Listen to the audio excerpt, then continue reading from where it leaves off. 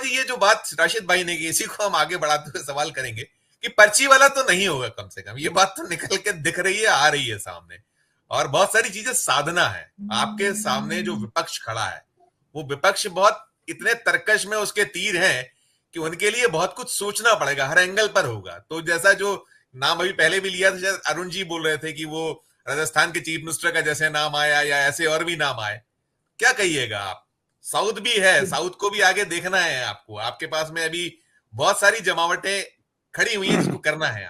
आपकी प्रतिक्रिया मनोरमा भाई? मैं राशिद जी की बात से सहमत हूँ। खास तौर पे ये कि इंडिया गठबंधन जो है वो ठीक है, इस बार मजबूत स्थिति में है, कांग्रेस भी मजबूत स्थिति में है, लेकिन वो भाजपा के जो इंटरनल चुनाव और इन सब को लेकर के इस पोजीशन में भी नहीं है कि भाजपा उनसे इस कदर प्रभावित हो। हाँ, वो उनका इंटरनल है और वो एक रणनीति होगी।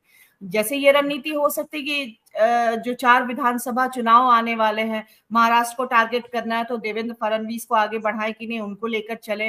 मनोहर लाल खट्टर है इधर, और हरियाणा में बुरी तरह से फोगाट का मामला तो ऐसा है कि देखिए खाप ने उनके लिए देश रत्न की, भारत रत्न की मांग की है, और जो भी ये सारा अपमान हुआ, ये सारी चीजें जो है उसके लिए भी वो चाह रहे हैं कि मतलब एक भाजपा की तरफ से या सरकार की तरफ से स्टेटमेंट आए और इसको वो किया जाए। तो कहने का मतलब है कि फोगाट का मसला जो है वो हरियाणा राज्य के अस्मिता के साथ जाकर जुड़ रहा है। तो कोई पॉलिटिकल पार्टी जो है उस पर बहुत वो मतलब कि उसको कुछ ना कुछ प्लीज, जैसे हमने देखा कि अभी कह रहे हैं कि इन 2 राज्यों में तमाम तरह की जो है योजनाएं चला रहे हैं, जिससे कि मतलब कि जो लुभाने वाली योजनाएं होती हैं, अभी तमाम तरह की योजनाएं शुरू करेंगे। फ्री बीज फ्री कह बीज लीजिए। वाली, तो हरियाणा में भी, महाराष्ट्र में भी।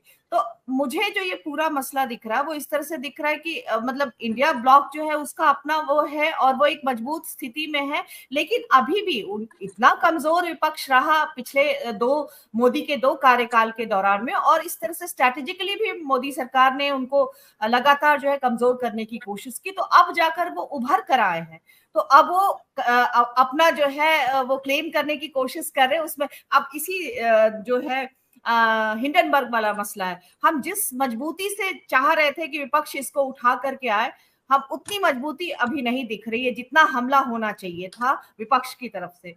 तो ये सब भी है। तो ये जो इधर अध्यक्ष पद का चुनाव है, इनका, इनकी अपनी रणनीति, इनका अपना कल है और एक इनका अपना सैचुरेशन पॉइंट है। पार्टी जो है वो लगातार अच्छा करते करते अब सैचुरेशन के तहत जो है उसका डाउनफॉल हो रहा है, कम ताकत बची है, कई सारे लोग हैं, उनकी महत्वाकांक्षाएं हैं, और उसके साथ में तमाम तरह की जो है ग्राउंड रियलिटीज भी हैं। इनके बीच में अध्यक्ष का चुनाव करना है, और तब जबकि आरएसएस ने बहुत क्लियर, स्पष्ट रूप से कह दिया है कि वो अध्यक्ष पद के चुनाव में मतलब साइडलाइन नहीं कर सकते, उनकी एक भूमिका है, बिना उनके कंसल्टेशन के अध्यक्ष पद का चुनाव नहीं होगा, ये आरएसएस ने कहा है। दूसरी बात है कि जो भाजपा में महासचिव का पद है वो बीएल संतोष जो है वो होल्ड करते हैं, और वो हमेशा से रहा है भाजपा में कि जो आरएसएस का क्लोज होता है, आरएसएस की तरफ से आया हुआ जो व्यक्ति होता है या नेता होता है, प्रचारक होता है, और पूरी तरह से वो आरएसएस के संस्कारों में रचा पगा व्यक्ति होता है, वो महासचिव का पद होल्ड करता है। और बीएल संतोष तो इसमें माहिर है, वो यहाँ कर्नाटका में लगातार टसल्स रहा है येदुरप्पा और उनको लेकर, और बार बार ये आरएसएस और भाजपा के उसके रूप में भी आया है, जो है मतलब उनके एजेंडे को लागू करने और इन सब में, यहाँ तक कि अमित शाह को भी कई बार जो है आकर के, अब पिछली बार ही के समय चुनाव के पहले वो आकर के दोनों को एक साथ बात कर रहे थे ताकि मतलब एक टीम के रूप में काम कर सके और डिफरेंसेस खत्म कर सके, ये बातें भी होती। तो और अध्यक्ष पद में एक नाम बीएल सुरेश का, संतोष का भी आ रहा है।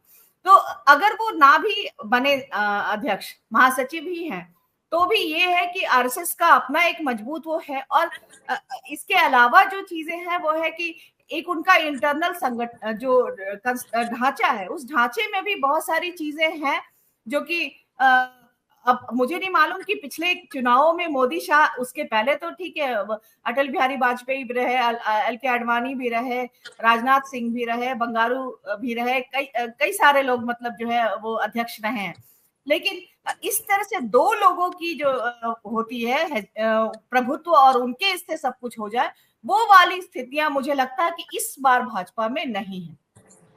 जो इससे पहले रही थी। कहने का मतलब अमित शाह भी अध्यक्ष रहे हैं वो भी अध्यक्ष रहे हैं, तो वो वाली स्थितियां इस बार नहीं है। और एक मुझे सुगत ये लगा कि मतलब हर एक उसमें ये महिलाओं की बात कर रहे हैं, और कुछ बात आ रही थी कि कोई महिला अध्यक्ष भी, हालांकि इस दौर में मैंने एक भी महिला का नाम नहीं देखा, तो पता नहीं कैसे ये बात की जा रही है कि कोई महिला अध्यक्ष भी हो सकती है, जबकि एक भी महिला नेता का नाम इस दौर में हम नहीं देख रहे हैं। जितने भी नाम देख रहे हैं वो उनके देख रहे हैं, चाहे शिवराज सिंह चौहान के नाम हो, देवेंद्र फडणवीस का नाम हो, मनोहर लाल खट्टर का नाम हो, बीएल संतोष का नाम हो, तो इस तरह के नाम हैं। बाकी जो है वो देखते हैं फिर आगे क्या होता है। भाजपा जी बिल्कुल। मैं महिलाओं की बात पर मतलब पहले उसकी बात करना चाहती हूँ। महिला एक तो मतलब कोई नाम दिख नहीं रहा है, तो मतलब ये सिर्फ एक मुझे लग रहा है चला रहे हैं। आप देख लीजिए महिला नेतृत्व को तो गायब ही कर दिया गया है। एक निर्मला सीतारमन इनकी सामने आती जो वित्त मंत्री है, स्मृति ईरानी भी आजकल जो है उसमें चल रही है, बाकी हेमा मालिनी से लेकर कंगना रनावत, अब इनका नाम आगे कर दिया जाए तो बात अलग है। लेकिन मैंने ये देखा कि उनकी प्रदेश कार्यकारिणी में जो है वो 40 महिलाएं होती हैं, और 25 महिलाएं नहीं, राष्ट्रीय कार्यकारिणी जो है उसमें 40 महिलाएं होती हैं, और 22 SC ST होते हैं, जो कि जिनका की काउंट होता है उनका वोट और निर्धारण करने में।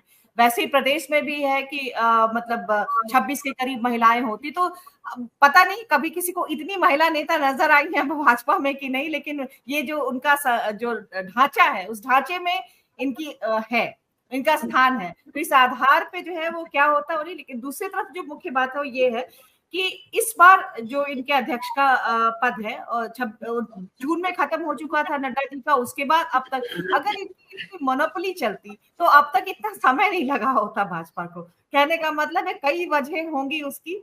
उस वजह में ये है कि किसको चुना जाए, कैसे साधा जाए। दक्षिण इसलिए निकल जाता है कि दक्षिण को अभी साधने की जरूरत नहीं है, अभी साधने की जरूरत है इस तरफ में जो मेरा तो सवाल आपसे ये था कि उनको वो साधना पड़ेगा आगे जाके, तो ऐसा चेहरा या ऐसा नाम भी हो कि जो आपको, हाँ, तो आगे जाके लॉन्ग टर्म नहीं, जिसको बनाया जाए वो उस क्षेत्र में भी कहीं ना कहीं उसका अपना कोशिश बनती रहे, चलती रहे, ये सीधी बात। हाँ, तो महासचिव वाला पद जो है वो होल्ड कर ही रहे हैं बीएल संतोष। तो इस तरफ में, और अभी चुनाव भी जो है वो इस 3 साल के लिए बदल भी 3 साल का होता है पद, तो दूसरा अध्यक्ष आ सकता है तब तक यहाँ की राजनीति के मुताबिक जो है। लेकिन अभी चाहता है कि उत्तर प्रदेश पे फोकस करे, वहां पे ओबीसी और दलित उस तरफ में जो करना ही है मनोरमा जी, वो है ही। हम लोगों ने सामने ये विषय ही हमारा ये है कि कहीं ना कहीं एजेंडा तो उन्हीं लोगों ने सेट किया, अखिलेश जी ने सेट किया है, और राहुल जी ने या इंडिया ब्लॉक ने सेट कर रखा है कि आपको वो जातीय जो एक वो है उसको भी आपको साधना ही होगा, वरना आप जो अभी आपने खामियाजा 24 में भुगता था वो शायद 4 राज्यों में भी आपको करना पड़े। मैं जी, और शिवराज सिंह चौहान से उनको इनसिक्योरिटी है, तो मुझे नहीं लगता है कि मोदी अपने पैर पर और शाह जो अपने पैर पे कुल्हाड़ी मारने की कोशिश करेंगे। हाँ, एक आखिरी बात मैं कहूंगी कि अध्यक्ष पद का चुनाव अगर सहमति से हो जाता है तो भाजपा और आरएसएस दोनों के जो अंदरूनी राजनीति के उसके हिसाब से देखा जाए तो इसमें एक सफलता मानी जाएगी कि ये इसको छिपाने में कामयाब हुए। अगर ये नहीं होता है और इनकी दरार बाहर आती है, ये जो है बाकियों के लिए कामयाबी होगी, इंडिया ब्लॉक के लिए या जिसके लिए भी, जो इसमें सहमति नहीं बनती और दरार बाहर जो है या डिफरेंसेस जो है वो बाहर दिखता है।